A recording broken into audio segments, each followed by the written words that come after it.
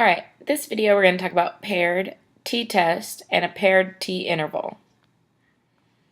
So the example we're going to use at first is I want to test a new weight loss drug. I recruit 10 randomly selected subjects and weigh them before the experiment and then again after they have taken the weight loss drug for 30 days. The results are below. How can I test to see if the drug lowered their average weight? So I'm comparing the same subjects before and after a treatment. Okay, and then I'm going to find the average difference. That's what I'm comparing. So this is a paired t-test. We're testing the average difference. The paired data means that the two samples are dependent of each other. And then average difference we're going to write as mu of d. We are looking at the difference between the two sets of data. So you're going to take two samples and combine them into one sample by subtracting. Okay, so you're going to make a new list, list 3, which is either going to be list 2 minus list 1 or list 1 minus list 2, depending on how you set up your problem. Okay, so list 3 is going to be the difference between your two samples. You're going to do a one sample t-test or one sample t-interval on the difference. So you're going to use list 3 to do your work. All right, our hypothesis is going to be, our null hypothesis is that the mean difference is equal to some number. It's either going to be a number given in the problem or it'll be 0. Your alternative hypothesis is that the mean difference is either less than, greater than, or not equal to that same number given in your problem, or 0.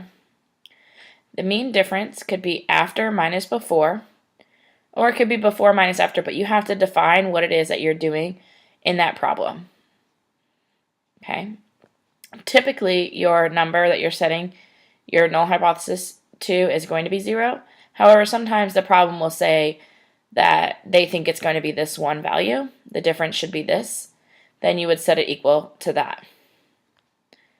All right, our conditions. It has to be paired data for us to do a paired t-test, which means the data has to be recorded on the same individuals before and after something happens. It has to be a random sample. The population of difference has to be greater than or equal to 10 times the sample. And the normal population of difference has to be normal, so it has to have a linear normal probability plot, or it has to have a unimodal and symmetric histogram, or my n value has to be greater than or equal to 30. If my conditions are met, we're going to say conditions met, use a t-distribution, and we're going to do a one sample paired t-test or t-interval. Our mechanics are going to be done mostly on our calculators, and then we're just going to write all the equations down. So we're going to run a one sample t-test or t-interval, and our degrees of freedom is going to be n minus 1 for that difference, whatever the sample size is. Our conclusion is going to be the same conclusion as we used for a one sample t-test and t-interval. Remember, it has to be in context. We're going to be saying that the average difference between blank and blank is. Okay, do not say the difference in averages, because that was what we were doing with a two sample t-test. That was, we were comparing the difference between the averages. Now we're looking at the average difference. All right, a matched pairs t-test. So we're using a new example. A random sample of 12 sixth graders was given a memory test. They were then enrolled in a 9-month chess program. At the end of the program, they were given another memory test. The researchers were interested to see if learning chess would increase their memory. All right, so the mean difference is going to be the score I get when I do the post-test minus the pre-test. My null hypothesis is that the mean difference is equal to 0. There is no difference. My alternative hypothesis is going to be that the mean difference is greater than 0, meaning that the post-test scores are greater than the pre-test scores. Because if I did post-test should be higher, minus pre-test, which should be lower, I would get positive numbers, so greater than 0. All right, my conditions. I have to have paired data. So the memory test was taken on the same students before and after the chess program, so it was paired. Simple random sample, it was stated that a random sample of 12 sixth graders took the test. The population has to be greater than or equal to 10 times n. Well, n is 12, so 10 times 12 is 120. There are more than 120 sixth graders. And my last condition is the normal probability. Okay, so it needs to be approximately normal. So I'm going to look at a normal probability plot. I'm going to put in the pre-test scores into list 1, the post-test scores into list 2. I'm going to go up to list 3, and I'm going to do list 2 minus list 1 and make a new list. Then I'm going to go to stat plots. I'm going to make a normal probability plot using list 3, and it's going to be approximately linear. So the normal probability plot of difference is fairly linear. Therefore, we can assume a normal population. So once our conditions have been met, we can say conditions have been met. So I'm going to erase some of this. So conditions met, we're doing a t-distribution, and we're using a one-sample paired t-test. All right, at this point, I'd plug everything into my calculator. So I'd go to stat, test, I'd just go to t-test. It doesn't say one sample. So t-test, I'd use list 3, and remember my degrees of freedom is 1 less than my sample size. So I have 12, so my degrees of freedom is 11. So I'm going to plug it in my calculator, and I'm going to get all the numbers I need to plug it into my equation, and I'll get the t-value of 4.564. And make sure you write in there what your degrees of freedom is. So my degrees of freedom was 11. Now if I want to find p is the probability. So the probability that t is greater than 4.564 is equal to 4.057 times 10 to the negative 4. So that's quite small. And now I can state my conclusion. So I'm going to erase some of this. All right. We reject our null hypothesis because our p-value of 0.0004057 is less than our alpha of 0.05. We have sufficient evidence that the average difference between the post and pre-memory test is greater than 0. You could also say that greater than 0 after the chess program if you wanted to be extra specific. Okay, you could also state that therefore the chess program helped to increase 6th grade students' memory if they asked, what does that mean? All right, now they want us to do a matched pairs t interval. So we're going to complete an interval for the same data set. Well, we did an alpha level of 5%, and it was one-sided test. So if I have 5% on one side, I'm going to be doing a 90% confidence interval. So conditions are met from before because it's the same problem. I'm using a t-distribution, and I'm doing a one-sample paired that should be interval, t-interval. All right. So I'm going to start. I'm going to plug everything into my calculator. I'm using list 3. I'm going to go to stat, test, t-interval. And I'm going to plug all these numbers in to my equation. That t star you're going to have to get using inverse t. So you're going to have to go to second vars, which is your distributions.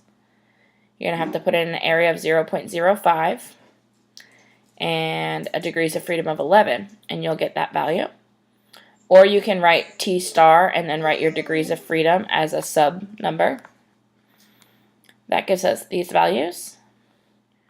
We want to make sure we restate our degrees of freedom, degrees of freedom for our interval. Even though we already had it stated in our test, we want to make sure we write it again.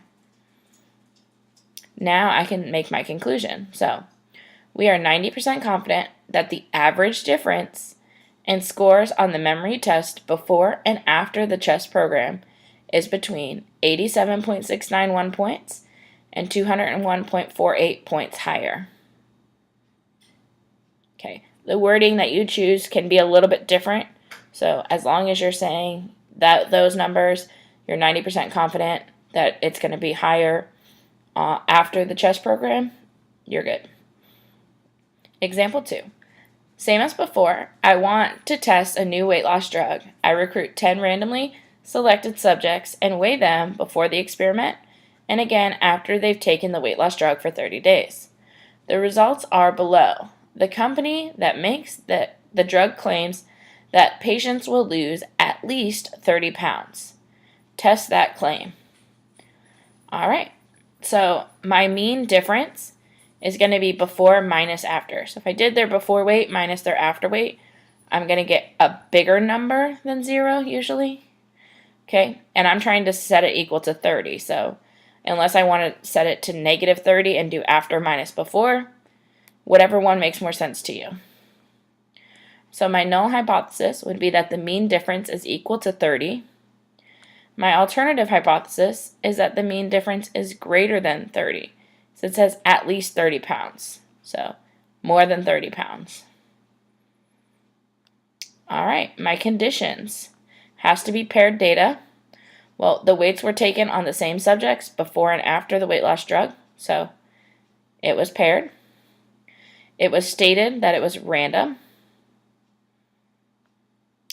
There are more than 100 patients taking the drug, or we assume that anyway, because 10 times 10 is 100. So, and then if I made a normal probability plot, so I'd put all these data values in for before in list 1, all the data values into list 2 from the after. List 3 would be list 1 minus list 2. And I would use list 3 to make a normal probability plot of the difference. And that looks fairly linear, so we can assume a normal population. All right, so we can say our conditions are met. We're using a t-distribution, and we're going to do a one-sample paired t-test. So to do the test, it's going to be t equals, I plugged this all in my calculator, so I'm going to go to stat, test, t-test. I'm going to use list 3, which is the data that's the differences between before and after. And I'm going to get all these values, and I'm going to plug them into my formula. So it's going to be 30.8 minus 30, remember because my null hypothesis was 30, over 28.09 divided by the square root of 10, which gives me 0.09. So my t-value is 0.09. My degrees of freedom was 9, n minus 1. The p-value is the probability that t is greater than 0.09, which I got in my calculator as 0.465. So now I can state my conclusion. We would fail to reject the null hypothesis because our p-value of 0.465 is greater than our alpha value of 0.05. We have insufficient evidence that the average difference in weight of the subjects before and after the drug is more than 30 pounds. All right, you have some your turn problems. You might want to give them a try. We will be going over those in class. Now I'm going to walk you through how to put all of this in your calculator and do all of the tests and intervals. So if we look at example 2, we're going to go to Stat, Edit. I already have the list 1 and list 2. So list 1 is the before, and list 2 is the after. So I'm going to go up to list 3, and we did before minus after. So we did list 1 minus list 2. So I'm going to go up to list 3. If you notice, I clicked and I went up to the top. So I highlighted list 3. I'm going to click Enter. So now my cursor is flashing where it says L3 equals.